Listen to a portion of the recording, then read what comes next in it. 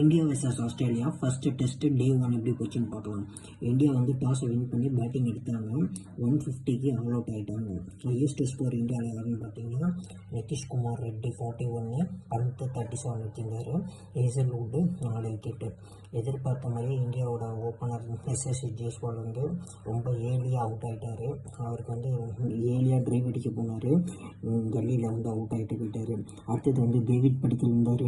படிக்கலுக்கு கையும் வரல, காலும் வரல, என்ன இடத்துல என்ன ஆடிக்கிட்டு இருந்தார். இப்போ படிக்கலும் விக்கெட் எடுத்துட்டாங்க. அவர் அதிகமாக 21 பால் கொடுத்துருந்தார். படிக்கல் விக்கெட்டும் எடுத்துட்டாங்க.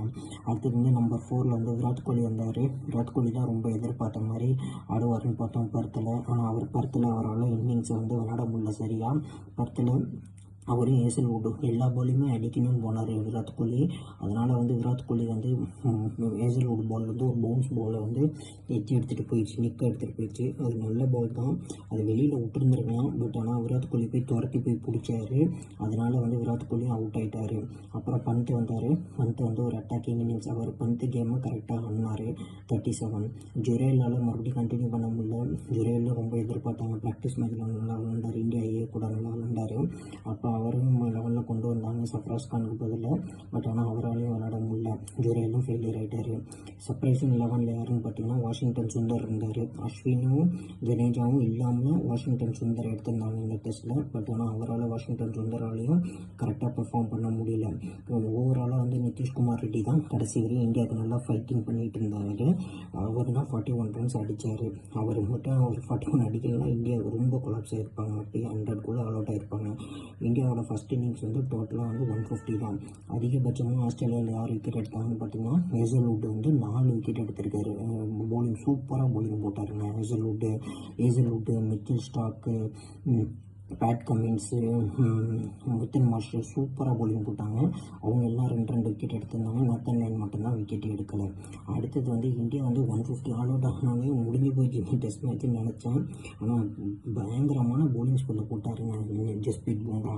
சரியான போலிங் ஸ்பெல்லுங்க. ஆஸ்திரேலியாவோட ஃபஸ்ட் இன்னிங்ஸ் டார்கெட் பார்த்தீங்கன்னா 67 ஃபார் 7 ஆஃப் டேஸ் பிளேயில். என்ன மாதிரி போலிங் டிஸ்பிளே பும்ரா போட்டது. அப்பா சிக்குன்னு பால் மூவ் ஆகிட்டே இருக்குது. எல்லா விக்கெட்டையும் 4 விக்கெட் எடுத்துகிட்டு பும்ரா. அப்போ மானஸ் பார்த்தீங்கன்னா 52 பால் பிடிச்சி 2 ரன்னு. அதுவும் மானஸ்க்கு ஒரு கேட்ச் வேறு ட்ராப்னு நினைக்கிறேன். அப்பயும் வந்து 52 பால் பிடிச்சி 2 ரன் தான் அடிச்சிருக்காரு. அப்போனா நம்மளோட போலிங் வந்து எவ்வளோ எஃபெக்டாக போட்டிருக்காங்க பாருங்கள். அப்போ பும்ரா வந்து ஒரு வேர்ல்ட் கிளாஸ் பவுலரு, சூப்பராக போலிங் போட்டிருக்காரு. ஆஸ்திரேலியாவை லிட்ரலாக தவிக்க விட்டுட்டாருங்க. இன்னும் ஒரு அரை மணி நேரம் எக்ஸ்ட்ரா இருந்துச்சுன்னா ஃபஸ்ட் டேஸ் பிளேலேயே வந்து ஃபுல் விக்கெட்டையும் ஆல் அவுட்டாக எடுத்திருப்பாங்க ஆஸ்திரேலியா 100க்குள்ளே. பட் ஆனால் சூப்பர் ஸ்பெல் பை பும்ரா. ஈக்குவலாக சப்போர்ட் பண்ணுறது வந்து சிராஜ் வந்து ஃபஸ்ட்டு ஸ்பெல் வந்து சரியாக பவுலிங் போடல. செகண்ட் ஸ்பெல் தான் சூப்பராக பவுலிங் போட்டார் சிராஜ்.